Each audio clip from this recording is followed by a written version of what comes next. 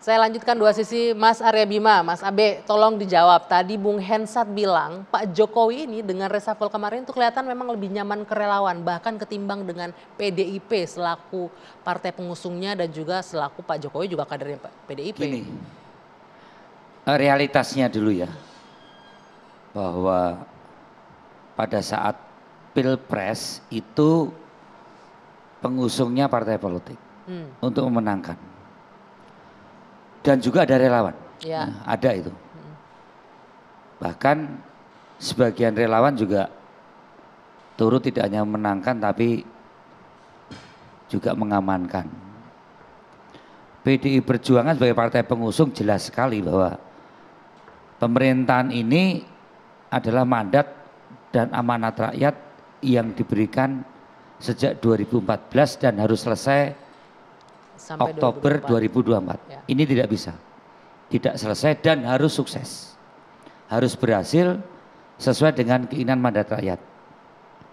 Kalau pemerintahan ini gagal, yang kena pertama kali oleh pengadilan rakyat di pemilu tahun 2024 adalah PDI Perjuangan. Ya. Ini adalah satu hukum rakyat dan memang itu hukum politik di mana partai pengusung kalau memang itu berhasil tentu akan mendapatkan efek elektoral. Ya. Nah kemudian mengenai masalah relawan, relawan ini memang Pak Jokowi mempunyai style sendiri. Ya. Apakah condong dengan relawan? Saya tidak melihat itu ya. Pembicaraan pada saat kemenangan Pilpres dan Pileg dan pemerintahan harus berjalan selama 10 tahun, instrumen pengambilan policy itu hanya ada di dua, yaitu di DPR dan ada di eksekutif. Selama COVID misalnya, bagaimana PDI Perjuangan, Ketua DPR Mbak Puan Maharani dengan mengajak seluruh kekuatan partai politik itu memberikan payung kekuatan politik untuk bagaimana navigasi pemerintah itu cepat menyelesaikan. Mas Jadi saya tidak melihat. Saya potong. Ya. Nggak condong ke relawan itu maksudnya? Tidak ada condong dalam pengertian bahwa itu hal yang biasa saja, mengapresiasi bahwa mereka pernah kerja untuk kemenangan gitu Pak Jokowi, boro-boro relawan ya kan, yang melawan, yang menentang, yang mengalahkan Pak Jokowi keinginan kalah saja Pak Prabowo, Pak Sandi diberi apresiasi, ya kan? Apalagi relawan yang juga terlibat di dalam proses pemenangan.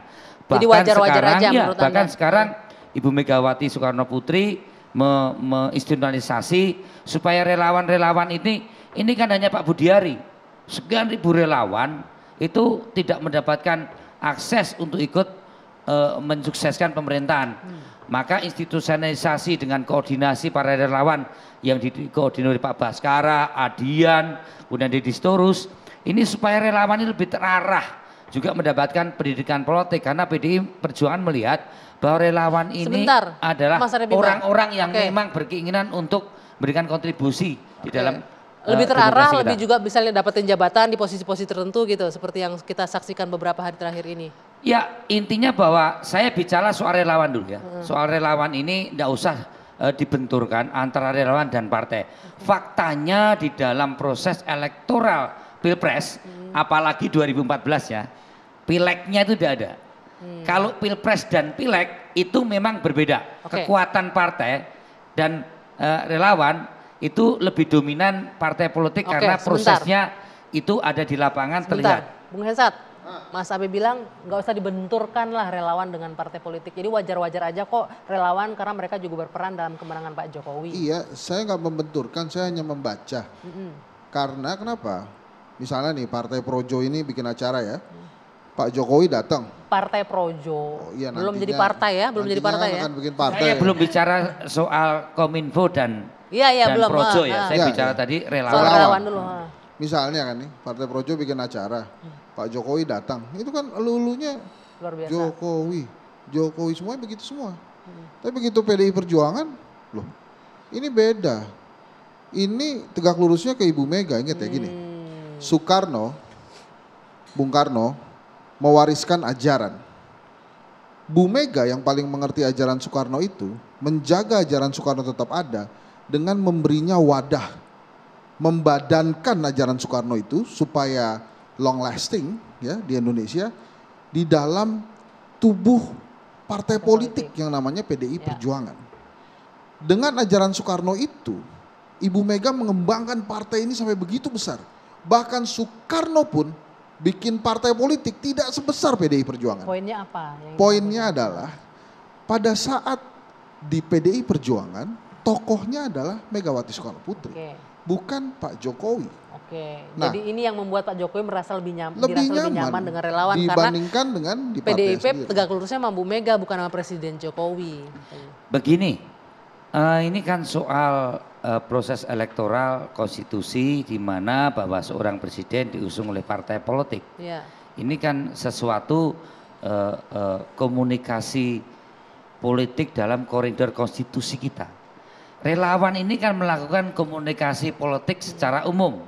Tapi pada saat relawan ini harus masuk dalam koridor konstitusi, ya mau tidak mau dia harus mempunyai korelasi dengan partai. Kalau seandainya jatah kursi yang diambil oleh PDIP nggak apa-apa juga. Ini kan Nasdem punya nih yang diambil. Gini, saya tidak mau bicara soal jatah menjatah. Ya enggak Mas, ya kan? Saya nanya. Ini kan bicara soal bagaimana tadi kalau bicara jatah menjatah kita kembalikan pada aspek yang normatif tadi dikatakan bahwa itu adalah hak prerogatif seorang presiden di dalam mengangkat dan memberikan seorang menteri. Tapi bahwa kalau itu hak prerogatif sekarang disoroti oleh publik, bahwa tadi dikatakan ini seorang ketua Projo Budi Ari yang baru saja ketemu oleh Pak Prabowo yang memberikan dukungan politik, kemudian tiba-tiba diangkat menteri. Ini kan saya baca di media sosial bahwa seolah-olah itu adalah hadiah ya kepada Budi Ari yang telah mendukung Pak Prabowo. Terus kemudian dari pihak Projo masih bilang sebagian ngomong nunggu Pak Jokowi belum ada keputusan, jadi tidak ada itu yang namanya hadiah. Saya tanya sama Budi Ari, hebat sekali kamu memberikan dukungan kepada Pak Prabowo terus mendapatkan hadiah kepada mendapatkan hadiah menteri.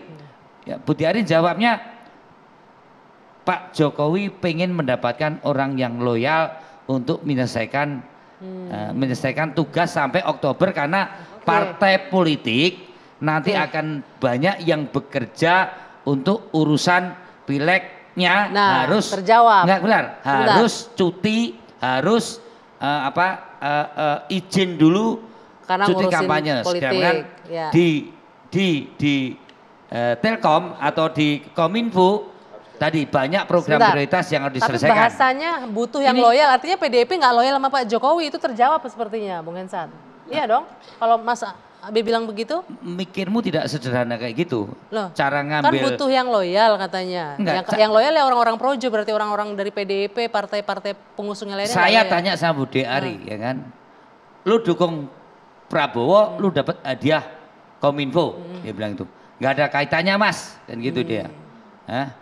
Atau memang ada perintah untuk mendukung Pak Prabowo, terus kamu diberi hadiah Kominfo, itu tidak dijawab ya, tapi dikatakan tidak ada perintah yang namanya sampai hari ini dukung Pak Prabowo karena Pak Jokowi belum memutuskan dukungan kepada Pak Prabowo, itu dikatakan. Karena saya butuh kejelasan, kalau memang benar itu karena dukungan ke Pak Prabowo dan mendapatkan hadiah Kominfo, tentu PDI Perjuangan akan memberikan reaksi karena PDI Perjuangan sudah mencalonkan Ganjar Pranowo sebagai calon presiden dan Pak Jokowi, ya bukan Presiden Jokowi, juga tahu mendukung penuh dengan Ganjar Pranowo.